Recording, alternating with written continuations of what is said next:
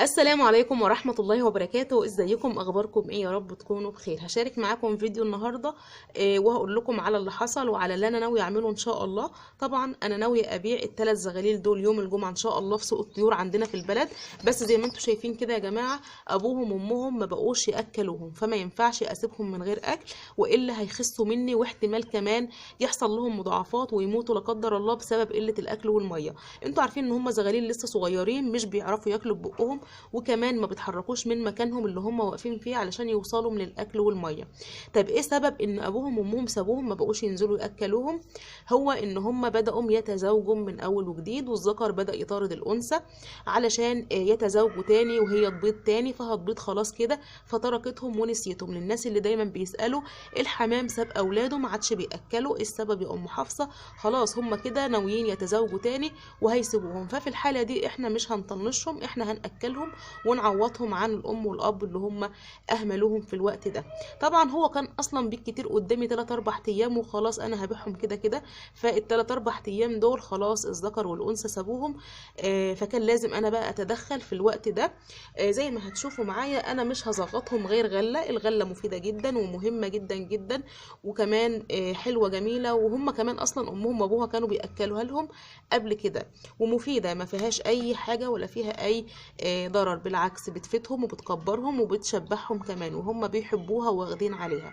هبدأ بقى ازغطهم كمية مناسبة لحد ما احس ان الحصالة بتاعتهم اتملت. طبعا لو ملاحظين يا جماعة الحصالة بتاعتهم ما فيهاش اكل خالص، وده دليل على ان امهم وابوهم ما اكلوهمش. بصوا الحصالة فاضية ازاي، فاضية خالص زي ما انتم شايفين كده. هبدأ بقى ازغطهم معاكم دلوقتي اهو، بس بالراحة خالص، وطبعا سهل جدا ما فيهاش اي مشكلة. اهو بتاخدي كده شوية غلة، حوالي 3 4 حبات، وتنزليهم في بق الزغلولة بالشكل دوت اهو، وتسيبيها تبلع براحتها. ما تعمليلهاش كده، ما تتكيش على زورها وتعملي كده عشان غلط، ممكن تتكي على عروق زورها تكسريها، تعملي اي حاجه خطر، فاحنا مش عايزين نوصل لكده. على ما تبلع وتاخد نفسها هبدا ادي للزغلوله التانية شويه اهو. طبعا عايزه اقول لكم ان هما التلاتة في نفس العمر. دي كانت معموله لوحدها كده، امها مطلعاها لوحدها ما بضتش غيرها يعني. البيضه التانية ما كانتش طلعت، ودي طلعت لوحدها. وبرضه امها سابتها علشان تبيض تاني. فالحمد لله انا مبسوطه ان امها هتبيض تاني، وام التانية كمان هتبيض تاني، بسبب الكالسيوم والحاجات اللي احنا بنحطها، وكمان بودره البلاط اللي حطيناها، وكل المكونات الغذائيه اللي احنا بنحطها لهم علشان تساعدهم ان هم يبيضوا.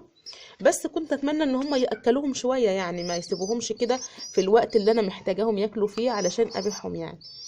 بس خلاص احنا نقدر نعالج المشكلة، وانا حبيت اشارك الفيديو معاكم النهاردة علشان لو حصل حاجة زي كده عندكم تقدروا ان انتوا تتصرفوا بكل سهولة. زي ما انتوا شايفين سهل جدا، تقدري تزغطي كلفة، تقدري تزغطي دور عويجة، تقدري تزغطي اي اكل متاح عندك والحمام يكون واخد عليه. زي ما انتوا شايفين اهو، انا عماله ادي كل واحده كده حبيتين 3 على ما التانية تبلع وتاخد نفسها. وتخلي بالك وانتي بتحط لهم، بصوا يا جماعه انا بحط اهو وسادة بصبعي التاني من ورا عشان الغله ما تقعش اهو، وبرده بالراحه خالص علشان نفسها وما تتكيش على وشها ولا على مناخيرها. فتحه مناخيرها بتكون هنا كده، ما تتكيش عليها اهو.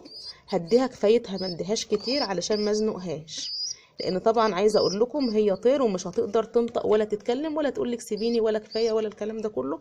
فانت تبقي عارفه مقدار التظبيط عامل ازاي لحد ما تحسي ان الحصاله بتاعتها اتملت المليان الطبيعي اللي الام اصلا بتبقى تعمله معاها. زي ما انتوا شايفين كده اهو. ان شاء الله لما ابيعهم باذن الله هقول لكم هعمل ايه بفلوسهم، وكمان هقول لكم على الاسعار وقتها هيكون عامل ازاي. انا دايما بحب اشارككم بكل حاجة علشان تتابعوا معايا كده اول باول وتشوفوا احنا وصلنا مع بعض لحد فين.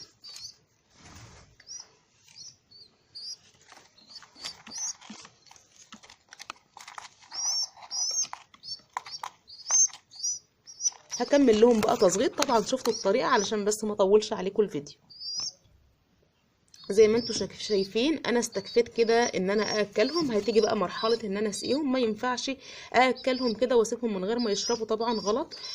هسقيهم بقى بسرنجه زي ما انتوا شايفين كده بالراحه اهو. برضو طريقه يا جماعه الشرب لازم تاخدي بالك منها برضو علشان ما تشرقهمش اهو، عشان برضو كمان الميه ما تطلعش بره. بتدخلي بوز السرنجه كله كده اهو، وتحطي كميه ميه مناسبه زي ما انتوا شايفين كده، وتسيبيها برضو تبلع كده براحتها اهو. هكمل لها كده بقيه السرنجه كلها. لازم بقى تتابعيها مره الصبح ومره بالليل.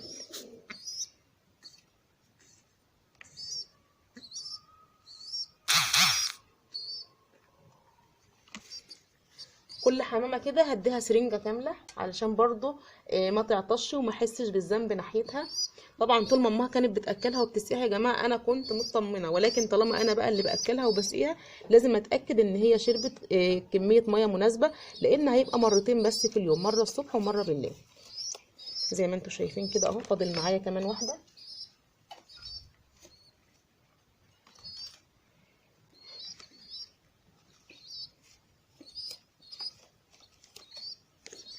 زي ما انتوا شايفين خلاص اهوت اكلتهم وسقيتهم هما التلاتة.